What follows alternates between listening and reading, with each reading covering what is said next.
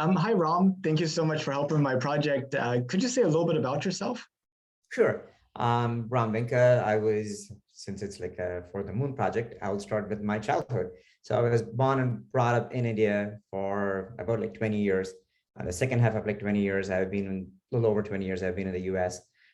Came here to study, do my master's, and landed up working in Chicago, and finally got my way into customer success within Anaplan, and that's where I met you. And excited to be here. So I think that's like a quick 1 minute intro of myself. What are some key things you remember from your childhood? I mean, like, for example, did you go to a big school or a small school for your high school or? Sure.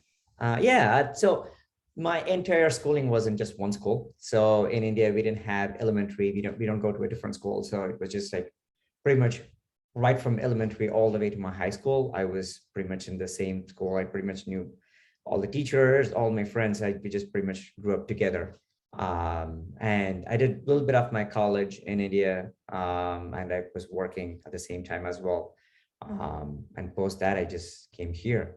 My childhood, I want to say it was pretty good. I want to say we stayed very close to the beach.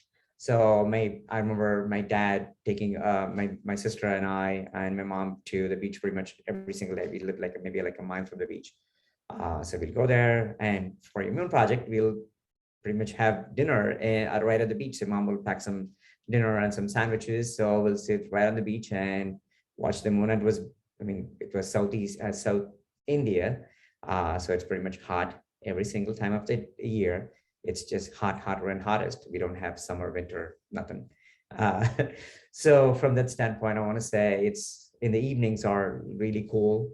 So because the days are hot, we always wanted to go where we have like a lot of breeze and we can have spend time running around. So I still remember collecting shells right from the beach. There used to have like a lot of it there, and eating in the moonlight.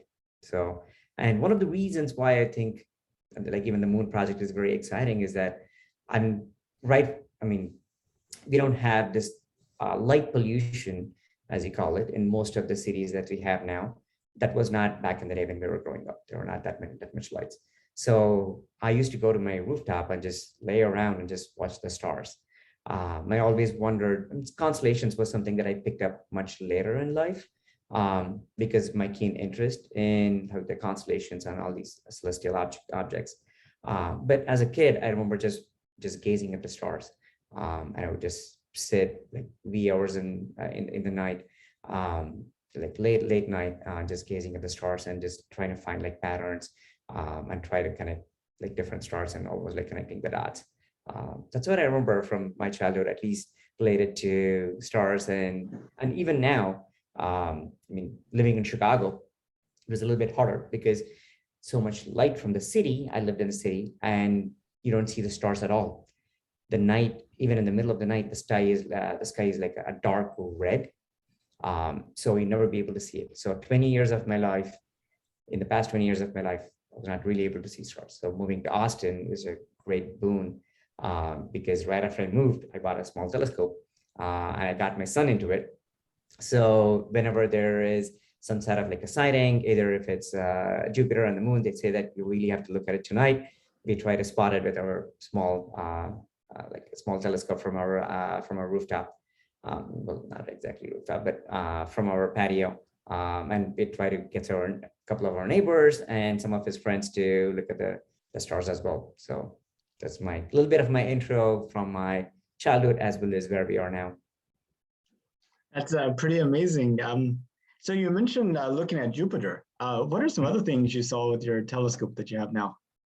So we can easily see the craters in the moon. That's very easy to spot. Jupiter is one thing we saw, I want to say last summer, where they say that Jupiter was really close. You'll be able to see the moons. And other one that we saw was Saturn, and very, very feeble, a little bit of the rings of Saturn. That was very cool. We saw Venus and Mars. Those are fairly easy to spot. When we were actually not this year, last summer we were in Hawaii. So, and family and I. And I took my son to in Maui, there is a specific hotel where they have like really powerful telescopes on the rooftop. So there is a former NASA astronaut who actually gives you the tour. So we got to go there, and I took my son, and he was showing us like different galaxies, and even the International Space Station as it was moving. So that was very cool to watch. And sometimes, and we got to see like different constellations, but predominantly like a lot of different galaxies, and like millions and probably like even billions of stars. That was a really cool experience, at least from the recent past. What else have I seen? So even growing up in India, there used to be a planetarium fairly close to between my school and where we lived. And for students, it was, well, not to trivialize it, but it's not, it's 1 rupee in India, meaning that it's 1/50th of maybe like 2 cents for a kid to go in, and they can go anytime and go into the planetarium and take a tour. And I used to go there multiple different times because it was just cool just to, I mean, it was not, within the planetarium, they have these reclining seats, and it was a great experience for a kid like 10, 12 years old, and to have the reclining seats and the sky darken, and they show you the entire tour of like all these different stars and how pretty much from the Big Bang to where we are right now, and all these different constellations. And they explained the concept of black hole, which I thought was really cool at the time. So kind of like varied experience. That's amazing. I need to get the name of that hotel for me. My 25th marriage anniversary is coming up in June, and I've been trying to think of something special to do, and maybe we should think about Hawaii. Yeah, absolutely. That'll be amazing because again, you probably would have, you probably would know a lot more. And they have a very limited amount of seating because it's a rooftop, and they allow maybe like 10, 12 people. So when I know that we were going to Hawaii, I booked this tour months in advance. So that's something I highly recommend you to do. And even when you get there, you can stick around and you can ask all these different questions. I don't know enough, so we were just watching and just having fun. So I'll let you know. So when you were a kid and you were looking at the stars, what did you think they were? Well, I don't remember when I was super young and thinking they were not stars. So I don't have that good of a memory. I remember always when I always looked at the stars, it felt like, what exactly is Earth? How we came into being. That was part of the sort of like a prodding question. And I always felt so small in this grand scheme of things, of these gigantic, never-ending universe and space, and all these different planets and stars. And thinking of life beyond Earth was one thing that kind of kept my interest. And the other part of it is like, I always felt so little. I mean, if you think of the entire life of the universe, like over like what, 13.5 or 18.5 billion years old. And thinking about how long Earth has been in existence, and the fact that we're always moving away, and like how often, how long are we going to live? And then I started looking smaller things. Like, I mean, if I think of a human life as compared to a life of a planet or a star, and I think of things smaller than, like, how about I had a puppy then. So how about a puppy's life? And think even smaller, like a mosquito lives for like what, less than 48 hours. How this is all connected and interrelated was something really fascinating to me. And I guess in terms of the thinking about all that and thinking about the future of humanity, I mean, what does the future look like to you? Well, I tend to take cues from a lot of like different movies and other things that I've seen. I feel that I mean, we always are on a tie between whether it's a scientific design or we truly were uh, evolved in Earth. So that's always a big question, right? Um, but I feel that human beings have, just like every other creature, but we humans, I feel that, I take my cue from Matrix. They say humans are sort of like a virus. Wherever we go, we grow. So from that standpoint, it also shows that we have an inherent belief to survive and thrive wherever we go and want to spread. So on that standpoint, I feel that humans will find a way to grow to other places, whether we're going to kill that planet, the next planet, we're going to kill this planet and move on to the next one. I don't really know. That's probably a more of a question for humanity. But I feel that we will find a way to move, even if we land up destroying Earth, we will probably go to like another planet sometime in the future, whether it's going to be Mars or something even beyond sometime in the future. I think that'll definitely happen. And as I said, human beings we have the inherent nature to survive and hope for survival. So I think we'll definitely find a way. But we don't think of viruses as being a good thing. So do you think humanity spreading throughout the solar system and beyond is a good thing or a bad thing? Or maybe it doesn't matter either way? Well, I mean, one thing is, again, human being, if you think if a virus, we are spreading everywhere, we even within Earth, we are going to like different areas and killing the nature I mean, nature, we are disrupting the ecological balance in that area. We are not really truly questioning, are we the right person to even make the judgment? So let's say that, oh, we are all these different things are dying and all these different things are going down. But of course, it's the survival of the fittest. So from that standpoint, we are doing ourselves. We are being honest to what comes naturally. We want to survive. We want to thrive. We want to expand. Doesn't mean that we need all the things that we have. Maybe not. But hopefully they'll probably change once we get into a newer planet and we learn from our mistakes. So I'm hoping that even if we move on to like other planets, we will try to find the right balance at some time in the future. We'll see. So, this kind of progression of how humanity changes over time, it seems to have really accelerated in the past few hundred years compared. I mean, I heard one historian say that if you looked at the Roman Empire, which lasted for like 1,000 years, and you took a soldier from the beginning of that period and put him into the army at the end of that period, he'd be able to fit in just fine. Yeah. But like if you did the same thing even for a few decades in our current thing of taking a worker from this point and putting in this point, it's like it has changed so much. That's very true. So if you think of, I mean, historically, technology is the one that I would say it has changed everything. And it's probably going to change going forward for the foreseeable future. That has a huge impact. If you think of evolution, when you think of like historically, when man fought for food or hunted for food, if you're a Roman soldier example, they were still fighting, meaning that the art of fighting has not changed. So I'm very interested in, I mean, thinking of, say the fighting, the Roman example. I love like martial arts and other things, so I always interested in the fighting aspect of it.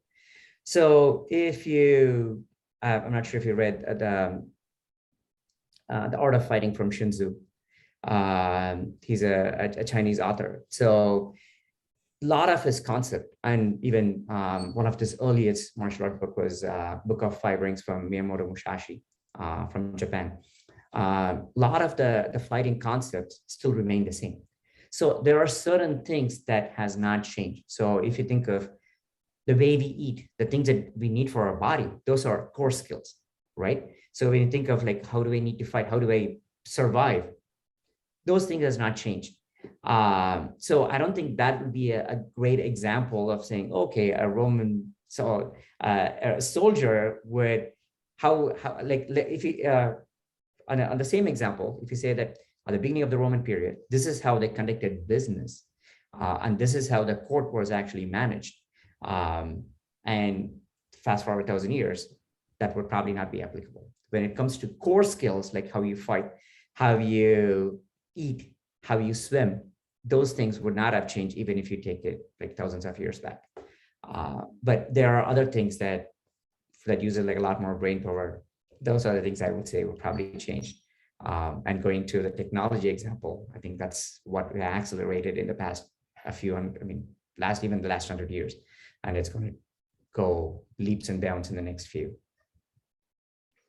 Well, I think our technology has had an effect on our brains. I was just listening to an article yesterday about how people have trouble focusing for long periods of time, and maintaining that focus, and how they have really a lot of difficulty thinking deeply.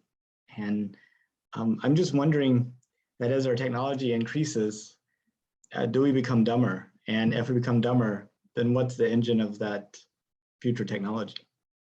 That's a good question.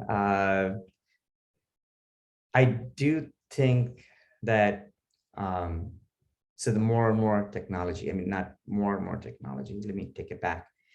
A technology that is augmenting the things that we wanted to do always helps, meaning that the machine that washes your dishes, the machine that washes your clothes, those are not taking your attention, it's making your life easier. That sort of technology is definitely needed and helps you focus on more important things. The technology that you are probably referring to, at least in this specific question, it probably focus on where your eyes and ears, where your five senses, where exactly they are being used. If you're looking at your phone, even like a few years ago, the reason TED Talk was constrained to 18 minutes because they did research and they said humans by nature, their attention span is 18 minutes. I'm challenged them to do that because a study now would probably be like less than 30 seconds, because we have like TV, we have looking at the computer, we're looking at our phone, all these different things, the ones that are taking hold of our senses are the ones that are probably making us not necessarily dumber, but not letting us think freely. So letting this go, because one of the reasons kids, even when we were kids, even right now in school, they have recesses, because studies have shown that once you're playing around, that's when you're able to think creatively. So yeah, empty brain, or like a bored brain is the one that spurs a lot more creativity. So that's one of the reasons kids are made to go out and play and run around and play around. And that's something that I feel that as humans, we should incorporate in our lives a lot more. Whether you go for a brisk walk without phones, just leave the technology alone. So we are in a stage where it is unavoidable. We need to use our computers and our phones for multiple different things, but try to minimize that on your daily usage would probably make us, we're definitely going to get somewhat dumber going forward, but at least we'll slow down the process. And eventually we'll find a way to kind of let go of this technology for a substantial amount of time during the day, where other things are being taken care of. So I'm hoping we'll probably get there. Or I'm at least trying to enforce my kids to do it. Not sure how successful I am in doing it though. Still, I'm trying. I was just thinking kind of analogy to the computer problem, Facebook and LinkedIn and all these other things, about how you get distracted and you have, you look on the computer to check your water bill. Next thing you know, you're comparing canoes or paddles, or trying to figure out where to go skiing, or reading the gossip of some country that you'll never visit and you'll never be impacted by, while leaving the water bill unpaid. Very true. Yes. And I was just thinking, this has always been a problem of going shopping. like grocery shopping. They say never go shopping when you're hungry, right? Because you just buy all this stuff because you're like hungry. Oh, I can eat that. I can eat that. And you get home, you get all that food, you put in your pantry. Yeah. Half of it spoils before you get to it. And you're like, why did I buy that? I'll never eat this. Yeah. And one advice that I heard about that is, prepare a shopping list and don't buy anything that's not on the list. I was just thinking right now, as just brainstorming on the fly here, maybe that's what we have to do with the computer too. It's like before we open it up, make a list of, what exactly are you going to do, get those things done, close the computer, and if you want to do something else, that needs to go on the list for the next time, as opposed to kind of getting, sucked into somebody else's world. Very true. I think that's, I was thinking the exact same thing when you refer to the groceries, or even then like the Facebook and other things. I try to do it even during the day. So when I open my computer, I said, okay, I'm going to spend the first half hour. I mean, I keep a list, or I try to as close to it as possible, and say like, okay, the first half hour, I'm going to check all my mails. On the next hour, I'm going to check, I mean, being a customer success, I'm going to check the status of my customers. And after that, I'm going to take a little break, maybe like a 5-10 minute break, just to walk around in my backyard. So I'm trying to create my own routine, even when I'm home. So I remember last AKO, I forgot who it was. They said that even working from home, have some sort of a commute, have like some sort of a routine, so you don't get distracted. And to be honest, even though I have a Facebook account, my wife works for Facebook, but I don't check Facebook at all. I know that I don't have any other social stuff. Said, okay, when I wanted to read the news just for a little bit, but I don't watch the news throughout the day. Said, okay, it's fine. If it's something that emergency, it probably comes to my phone, or I think I probably have my wife who probably tell me, but I don't want to go and spend the time reading the news. I allocate certain time of the day to read all my news. I have my stock investments and say, okay, I wanted to know what's going on in some of these companies that I'm invested in, but that is it. So I kind of compartmentalize the things that you do, kind of reduces the amount of, as you said, distraction. The downside is the phone. The computer, it's easier. In the phone, it's when you're bored, okay, you tend to check something. I'm trying to minimize that. But at the same time, when my kids are home, I put my phone for the side. Like, I want it to be 100%. I wanted to spend time with the kids. Or if I take my kids to my class, okay, not my class, but to their classes, I watch them rather than looking at my phone. I want to watch them. So being a little bit more present on anything and everything that you do actually helps a lot more, rather than, as you said, looking at something that you doing a deep research on something that you were never going to do, or never going to go down that path. So again, even when on a similar topic, when I go for even for groceries and any shopping that I do, I have a very specific list. That's why my shopping is very quick. I time it and say, okay, it takes me 15 minutes to get there. Of course, there's need to be a little bit of buffer, but I know my commute is 15 minutes and I'm going to spend like half an hour there. It's or 15 minutes one way and 15 minutes back, but it's like a 1 hour round trip, and that is it. I'm not going to do anything else. And half of it, my wife or somebody calls me, oh, can you pick up this one? Like, no. If it's on my way, I would do it, but I'm not going to go out of my way, because that's my plan and I want to stick to it. Not necessarily planning every single thing, but having a structure around like most of the things that you do kind of helps, I guess, or at least for me, it has helped in the recent past. And I think that's really good advice. I'm definitely going to take that into my new job. I think your new job is going to have a lot of, the problem with something like this is you need everything to go according to plan, meaning that if there is a roadblock or if there's an accident on the highway, your plan goes down. So I think in a new job, you're going to have a lot more variables on the things that can go in different way. So you need to give a little bit more buffer. But again, as you said, when you plan, you think of not just, this is my only plan and that's the only way that need to succeed. You need to have like, okay, these are the multiple things that can go wrong. one of the reasons they say that, or let me give you a quick example. My wife will ask me, all right, would you rather wash the dishes or watch the kids? The reason, I'm just oversimplifying this, but when you're washing the dishes, there are limited things that can go wrong. So you can always have, you feel that you have a little bit more control on the overall process. For kids, the variables are a little bit more. So that's why it's a much harder job for the exact same time. Washing the dishes or even cleaning the floor, cleaning the room, anything that is a little bit more a controlled environment, you have like a much better, control, and overall, it's much easier to handle rather than kids. On that same note, let's say that if you're going out to like for shopping, there are very minimal things that can go wrong on the things that you do, as opposed to, let's say that when it comes to humans, or if you're getting a team together and getting them for like a team building activity, there are multiple things can go right or wrong.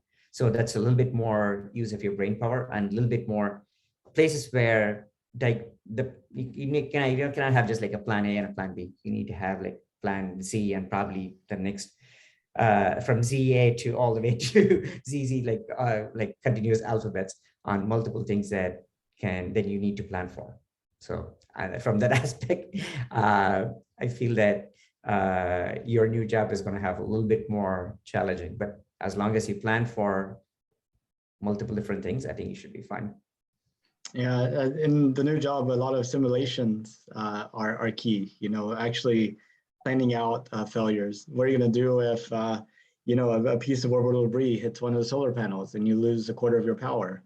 What do you do if this experiment it draws a lot more power than it should or overheats? What are you going to do? And kind of work through those scenarios and come up with a plan, and then you have it ready. So yeah. No, that's amazing, because that's what really uses a lot more of your brain power, right?